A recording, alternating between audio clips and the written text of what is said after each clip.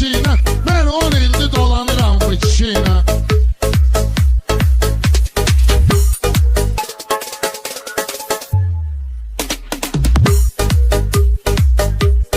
Bizim elə bir gedir qaçmağımızda, qafiyəni bir de açmağımızda, yeməyimizdir birdir. Her yerde burdalanıram bu kişiyle, her yerde burdalanıram bu kişiyle. 10 ildir pul kazanıram bu kişiyle, 10 ildir pul kazanıram bu kişiyle. Rəşad Qəlbi yaxşı söz icad etsin. Rəşad Qəlbi yaxşı söz icad etsin. Bəsdir bir dənə kəlməsi 80 için. Darıxmışdım bağlı qışındadır için. Yenə bu kayfa dalanıram bu kişiyle. Yenə bu kayfa dalanıram bu kişiyle. Mən 10 ildir dolanıram bu kişiyle. Söz deməyə utanıram bu kişiyle.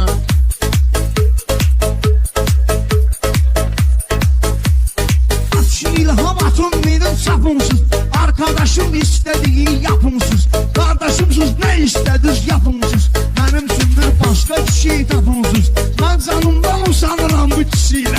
Ben canımdan Usanıram bu kişiyle. Mən 10 ildir dolanıram bu kişiyle. 10 ildir pul kazanıram bu kişiyle.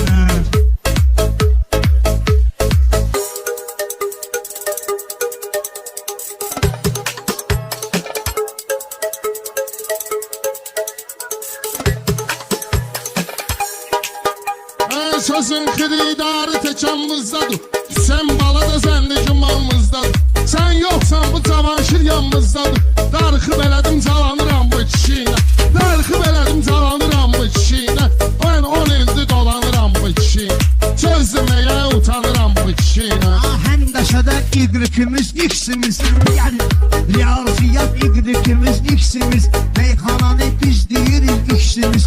Suretimiz birdir bir de eksimiz. Düzgüde bir daranıram bu kişiyle. Düzgüde bir daranıram bu kişiyle. 10 ilde pul kazanıram bu kişiyle. 10 ilde pul kazanıram bu kişiyle. Aydınla bir saat ömür sürmüşük. Hələ nə ağlayıb nə də hönkürmüşük. Kimin birindi gəlsinin görmüşük. 10 ildir loğalanıram bu kişiyle. 10 ildir loğalanıram bu kişiyle. Gör nə vaxtı dolanıram bu kişiyle. Sözüm ilə utanıram bu kişiyle. Rəşaddan bir də analar doğmayacaq. Aydın onu meyxanada boğmayacaq.